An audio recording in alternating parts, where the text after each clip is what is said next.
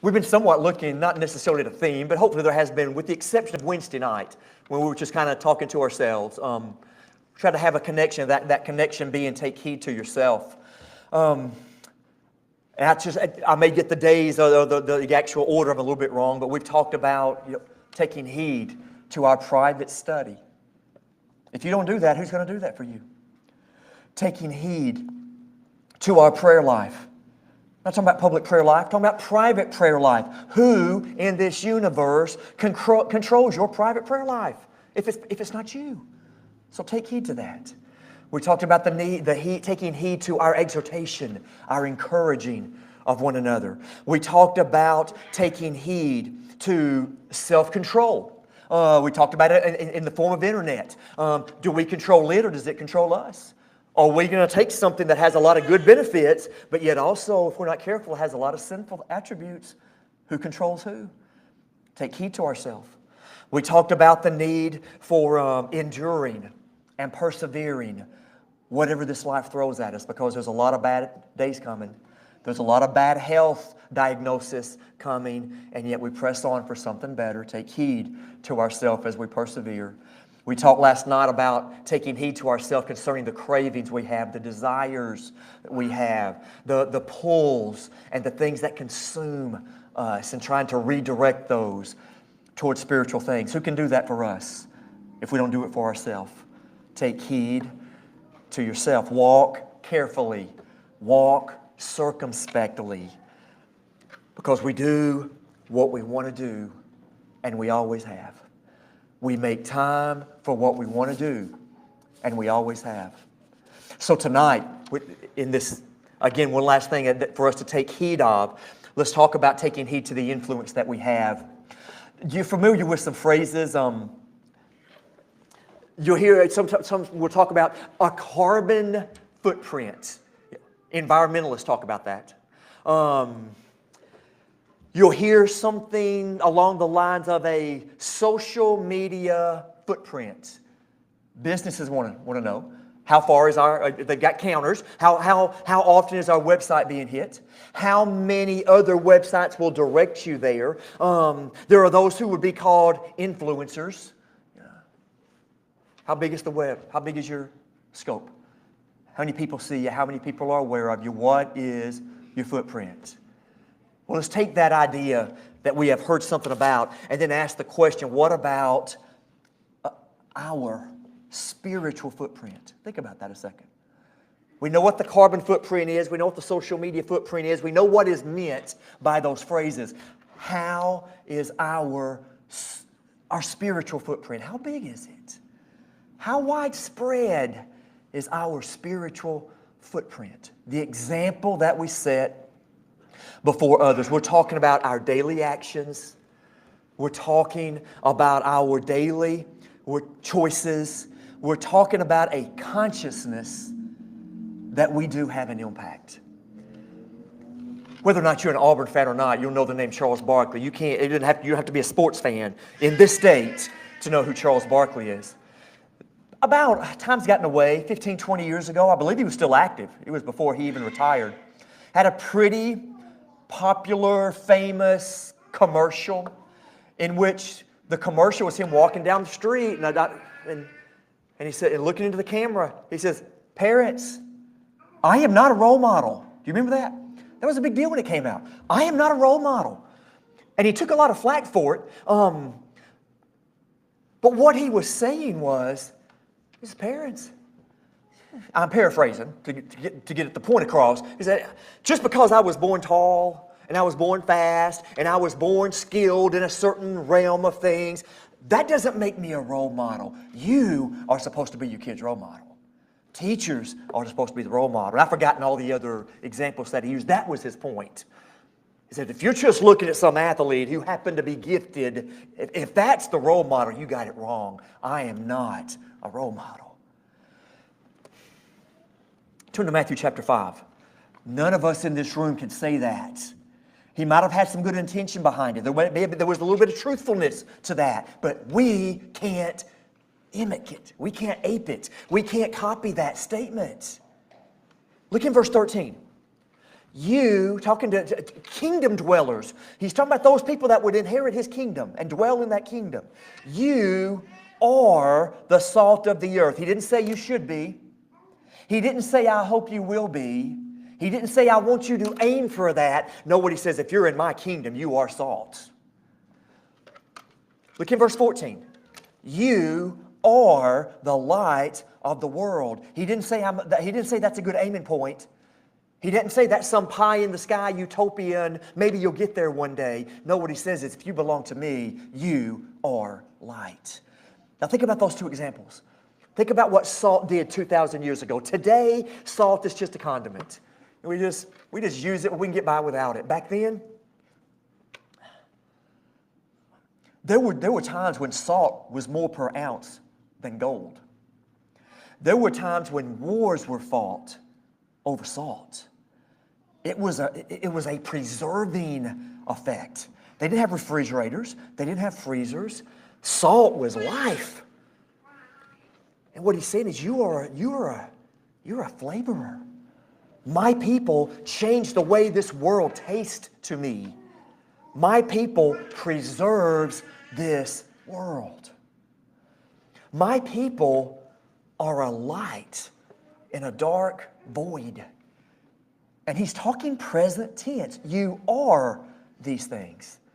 So, Charles Barkley can make a commercial, but me and you can't copy what he said. We are an example. We are to be role models. You know, if we drop the ball on that, you tell me who's going to pick the ball up? Can our denominational friends? They're going to pick the ball up on living in the light as Christ is light. Is that something that the school system can do for us? They can become the salt if we don't do our responsibilities. No, if we fail at this, there is no plan B. There is no JV that you can just move right up and take the place out. No, if we fail, we fail. So what we want to look at tonight is looking at our example, because it is not something that we keep to ourselves. We are watched, we are looked at, and we're looked at sharply. I hope your friends know where you attend. And by the way, if they don't, why don't they? I hope your friends know what you believe about baptism and about divorce for any cause and about homosexuality. And I hope they know. And if they don't, what do you mean they don't? How do they not? We have a responsibility. So let's look at our influence and look at it under the umbrella of take heed to yourself. Who can take care of my example if I don't? Who takes care of your example if you don't? We take heed to ourselves in these things. And let's start with just looking at the fact that we can't underestimate this role. Just think for just ourselves. How many people in this room impacted you? How many people have impacted you? You don't underestimate their influence. Whether they were family members, whether they were teachers, whether they were coaches, whether they were friends, whether they were mentors, maybe they were just a Christian who didn't do a lot of things publicly, but just that steady, constant example. The one who kind of got overlooked in the shuffle, but yet always had God first. And you looked at them and you said, yeah, that's what I want to be. That's how I want to have my priorities. How many people have influenced you? Because we have to carry that on. We have to pass that influence on. It's time that we do the same. And so does it make you uncomfortable, parents? Let's talk about those who still have children at home. Does it make you uncomfortable to think that you are responsible for creating lifelong memories? That you are responsible for training, disciplining, teaching, molding. Does that make you uncomfortable? Those who teach in any form or fashion, whether you're talking about a Bible class or home studies, or does it make you uncomfortable that you are the planter of seeds? You're the sower. Let them fly. Some of it goes on the rocks. Some of it goes and gets swallowed up by the thorns. That's not your responsibility. Your responsibility is to throw the seed. Does it make you uncomfortable that that's your role? Does it make us uncomfortable that we, in certain situations, become the counselor to someone and we're offering advice? Does that make you uncomfortable? It's not arrogant for us to acknowledge those things. That's reality. The parents in this room, there is a responsibility. For those of us that are Christians, that we are light, we are salt, we are the seed spreader, we are the counselor, and we've got to make sure it's wise. Turn to Philippians chapter 4. Paul understood this concept. Philippians chapter 4. We may try to skirt around it. We may try to somehow limit our responsibility. Oh, that's the preacher's job. That's the elder's job. No, you are salt. You are light. Paul understood this. Look in verse 4. Philippians 4, verse 9.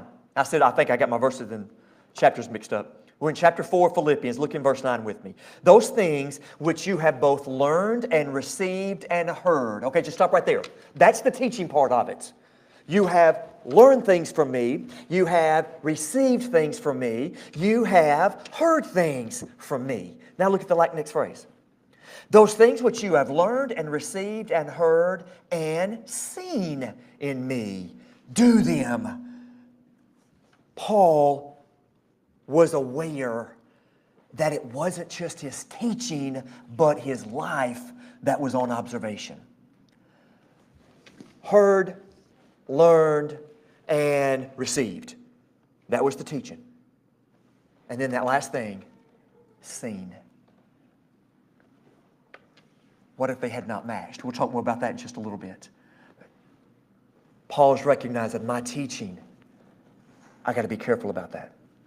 I have to be light. I have to be salt. My actions. People aren't just going to hear what I say. They're going to see what I do. Paul got it. Look in 2 Timothy chapter 2. 2 Timothy 2.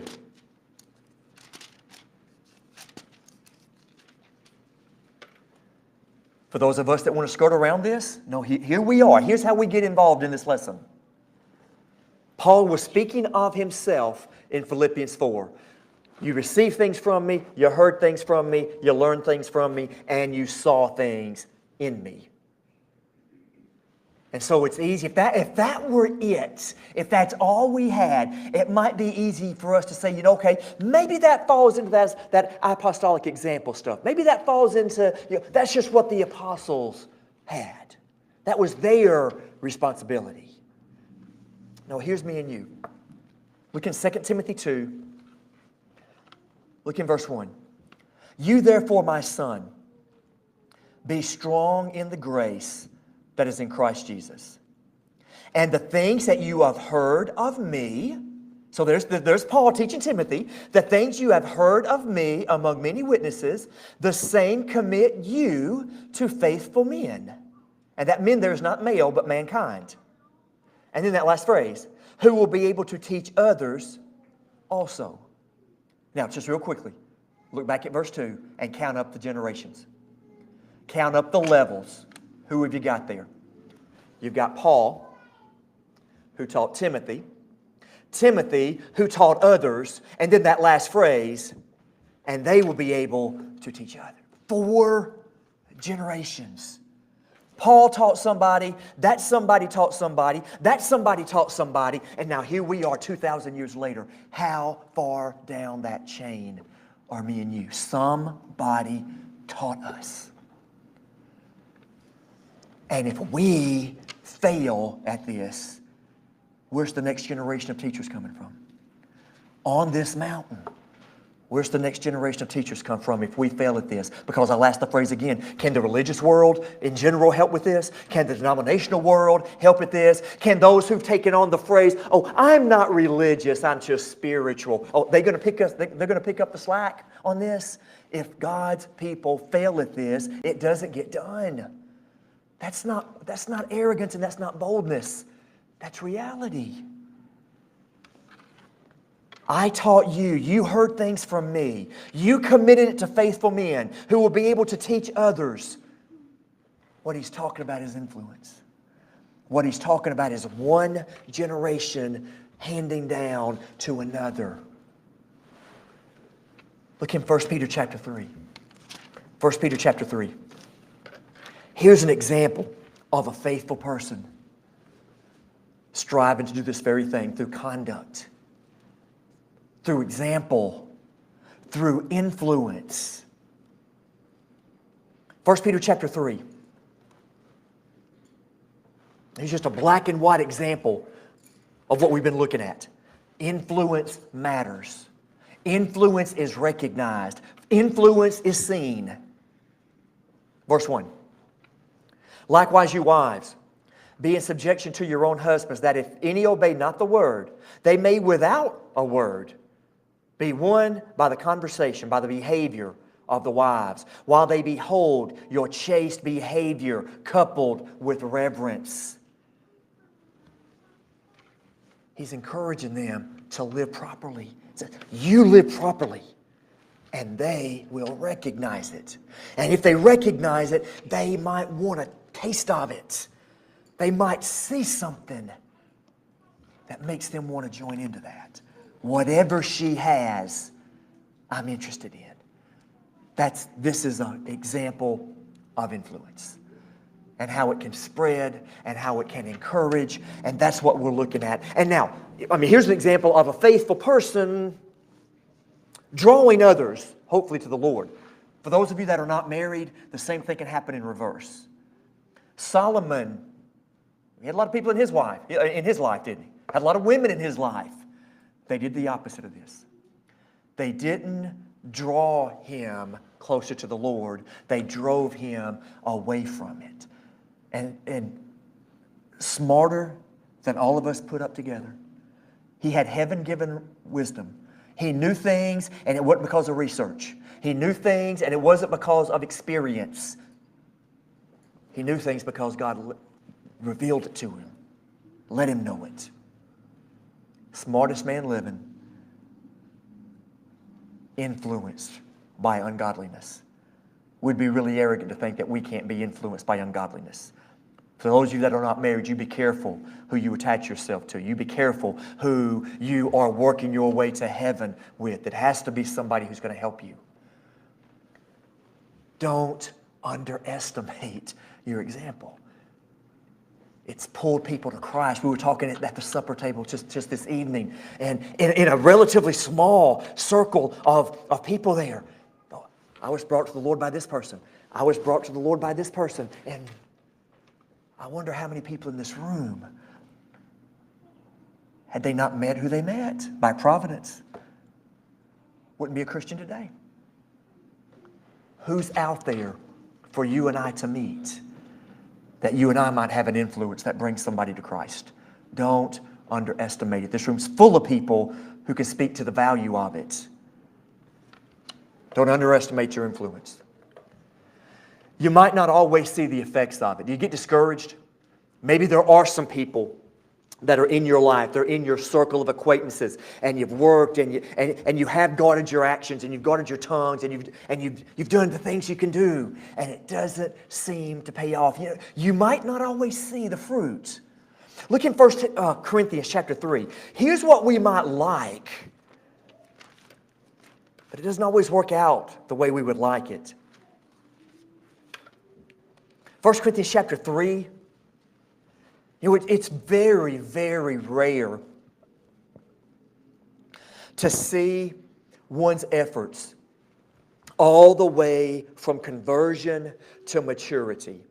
I mentioned how many people have impacted you. How many of those people are long gone? They don't know where you are. They don't know where your maturity level is now. They're not.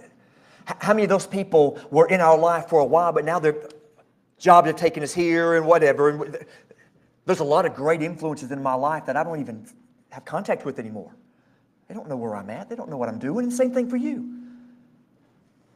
It's very rare to just be there through the whole shebang. Look in 1 Corinthians chapter 3. Look in verse 5. To a group of Christians that had just started dividing themselves. I'm of this man, I'm of this man. And Paul's trying to get them to unite in Christ. In verse 5, he says, who is Paul? And who is Apollos? Why would you join into my sect? Why would you join into Apollos' sect? Here's what we are. Who is a Paul and who is Apollos but ministers, servants, by whom you believed? We're just the ones that brought the message to you. 2 Timothy 2, I brought it to you, you brought it to them, they gave it to somebody else. Paul says, I was just a link in the chain. That's all I was. Who are we? Servants by whom you believed. Even so, the Lord gave to every man. I planted, Apollos watered, God gave the increase. So then neither is he that plants anything, neither is he that waters anything, but God gave the increase. Kind of gives the idea that Paul says, I planted, and then he left. He was in Corinth roughly a year and a half or so. We find that out in Acts 18. A year and a half. Then he's gone. Apollos shows up. Paul's planting. Apollos is watering. And there was increase. He gave God the credit for that. But the point is, Paul says, I wasn't there when the increase came. I threw the seed. Somebody came on my coattails and tended to it, pulled the weeds out, planted, watered, fertilized, and all of a sudden things start growing. Paul wasn't there for that. Paul missed out on the increase part. And you and I may miss out on that. That's not the point. Don't let that discourage you. We do what we do. We do what we can. We don't really see a lot of fruit being produced. That's all right. Paul didn't see the fruit here either. He comes in on the tail end of that. He finds out about it through letters and such and on his next trip through. But he wasn't there when the increase happened. Don't let the outcome be what drives us. It's not about us. When I was coaching ball, and it's terrible English. I'm just going to quote him. I know it's not the way you're supposed to talk. But I had one of the coaches that I worked for, and he had a say, and he said, hey, son, it ain't about you. It's about us. It ain't about you. And what I meant by that was, I know you might like to play this position, but here's what we need. And I know you might like this, but here's what helps us. It ain't about you. It's about us. What's Paul saying here? It's not about me.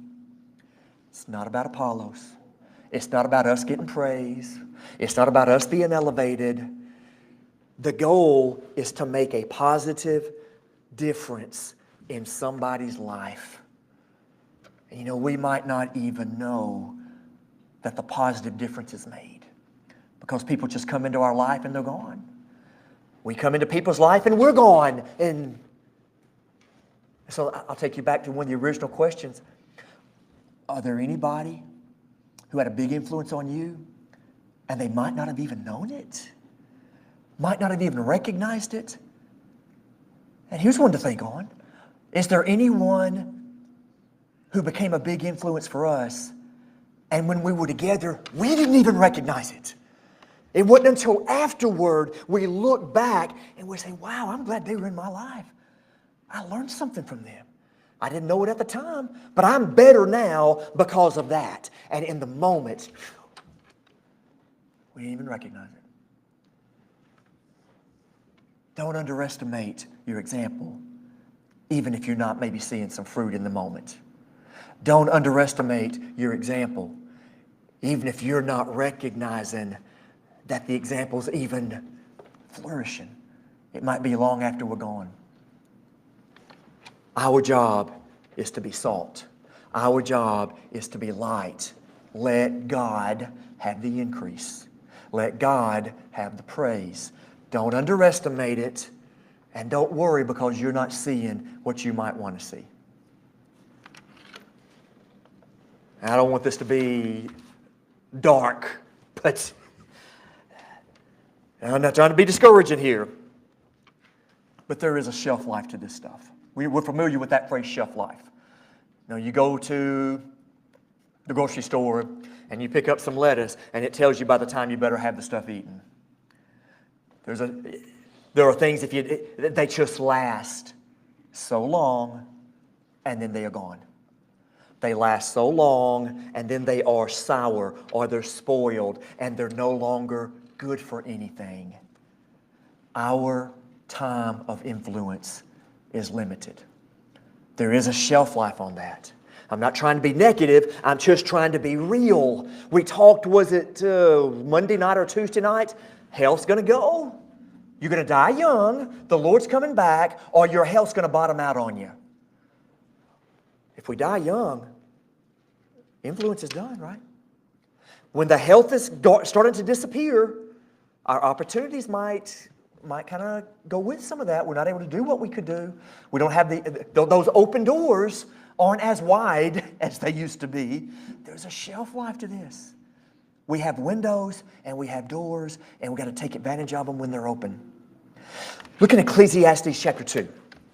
Ecclesiastes 2. Here's some pretty blunt examples of reaping while we can. Being the example while we can.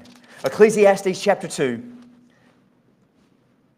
Again, I'm not trying to be morbid. But the Holy Spirit's telling us something. Verse 16. There is no remembrance of the wise more than of the fool forever. Seeing that which is in the days to come shall all be forgotten. How does the wise man die? Just like the fool died. There's the last breath. How's the wisest person on Sand Mountain going to die? Let's see, how do I say this politely? The same way that the least wisest person on the mountain is going to die. How's it going to happen? There's a last breath taken. Wise, fools, rich, poor, well-known, and obscure. Death is it's the equalizer. Death is the thing that makes us the same.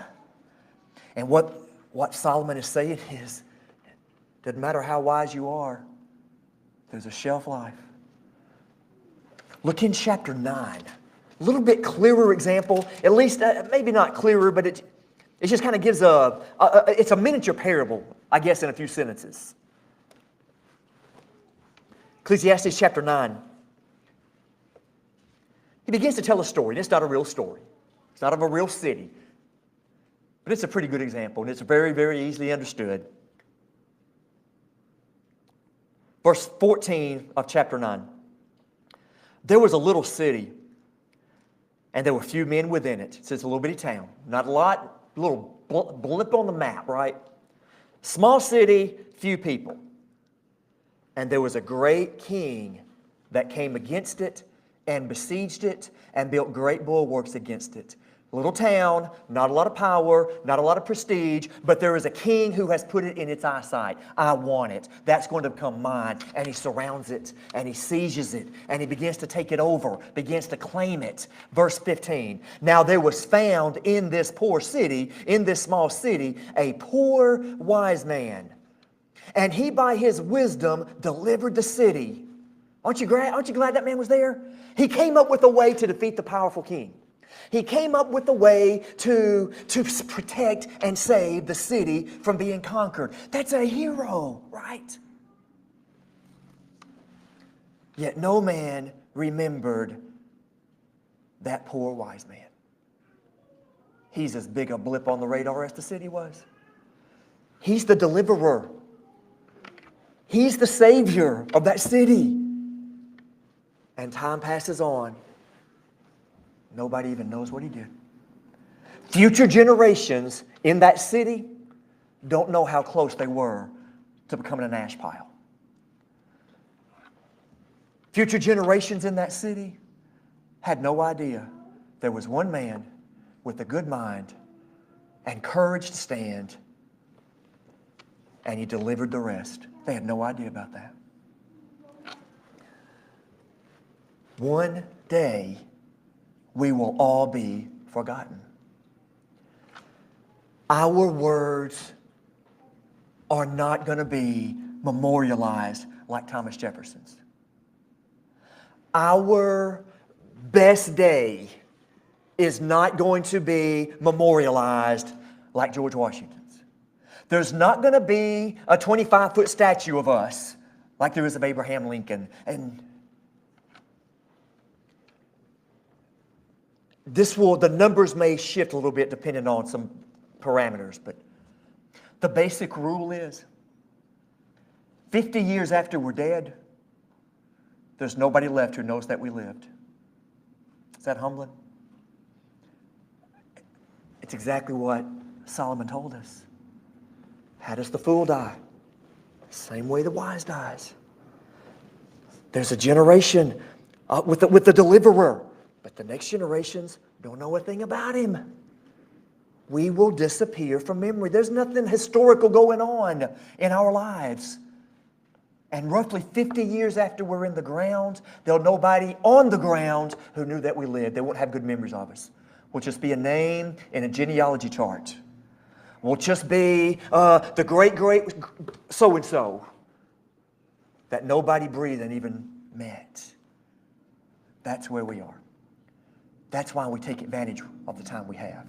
That's the shelf life that we're talking about. You know, our example can live on after we're dead for a while. You know, my granddad, I had two incredible granddads. I don't want to say that I didn't have good grandmothers. My grandmothers loved me and I loved them. But my two granddads, I mean, they were A+. A+. I loved them both and they were incredible. I still miss them. My kids don't really know who they are. It wasn't their granddad, it was their great-great. And so what happens is, you know, we have an incredible effect on our kids. Grandparents have a lesser effect, but still an effect. When you start moving into that fourth generation, there's such a wide span of ages that you just don't really, I mean, how many of you have really, really, really vivid memories of great-great-grandparents? If you have any vivid memories of them, it's probably, oh yeah, she was really old. He was really old. But you know, it's not like they got in the floor and played with you. There's such a different, by the fourth generation, you're talking about 70, 75, 80 years of age between them. There's not a lot of influence there. Shelf life. We have it at certain times.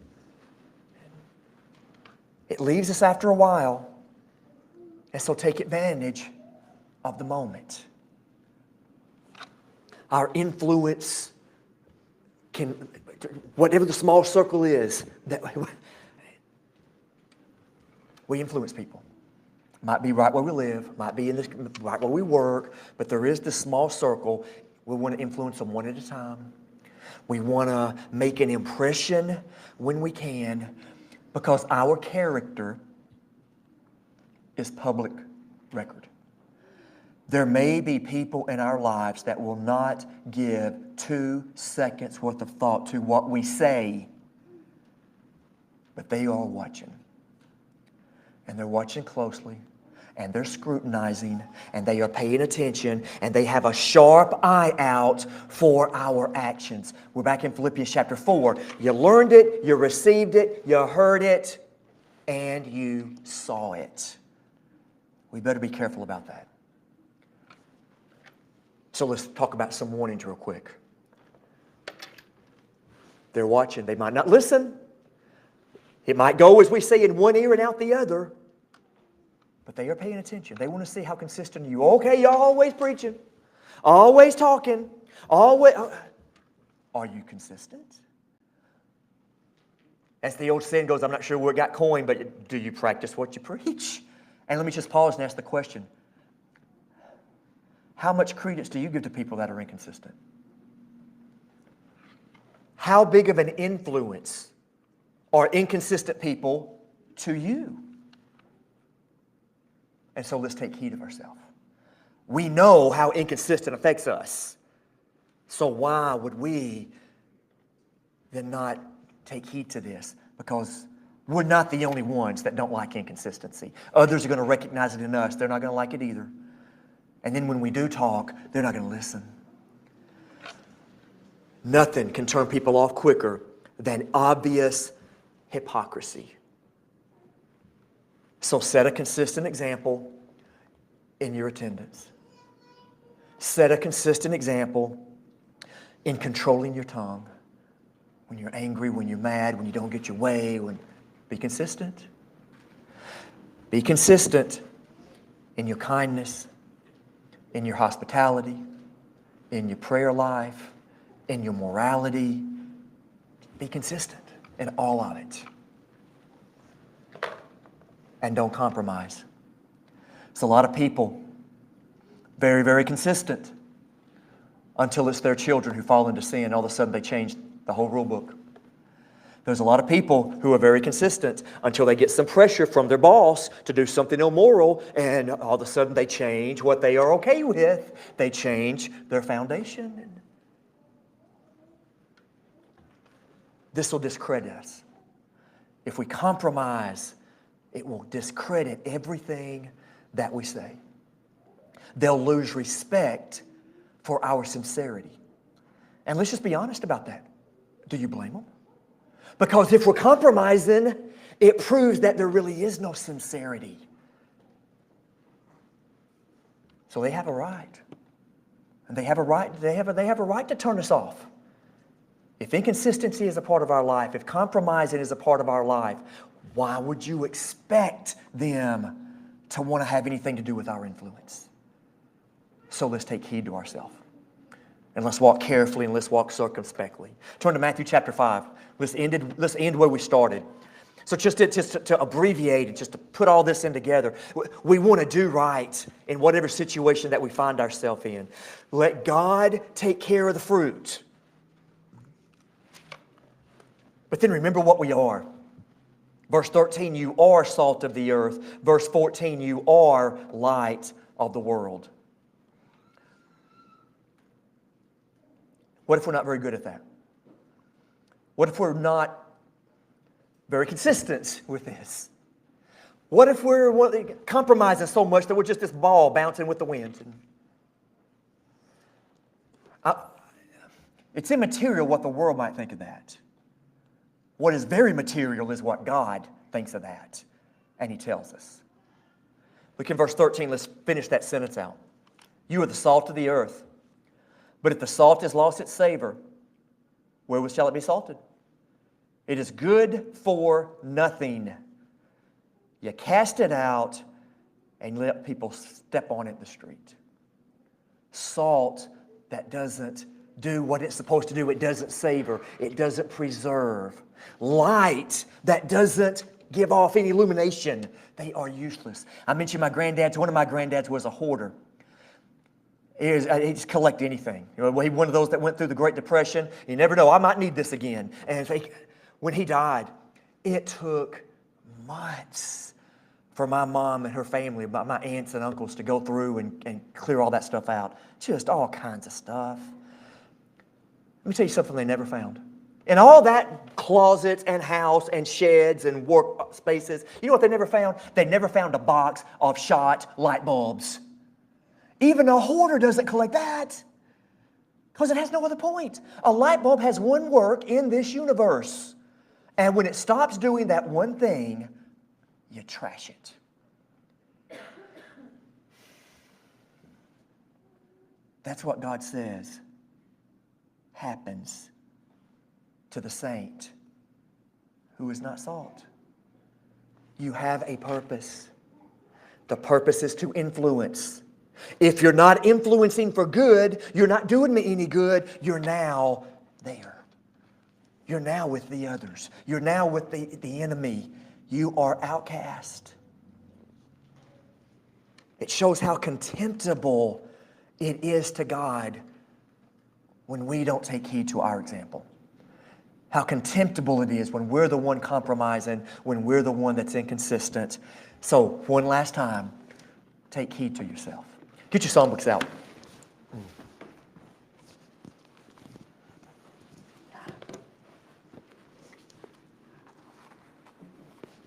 I've asked you all week long, who can pray for you? Who can study for you?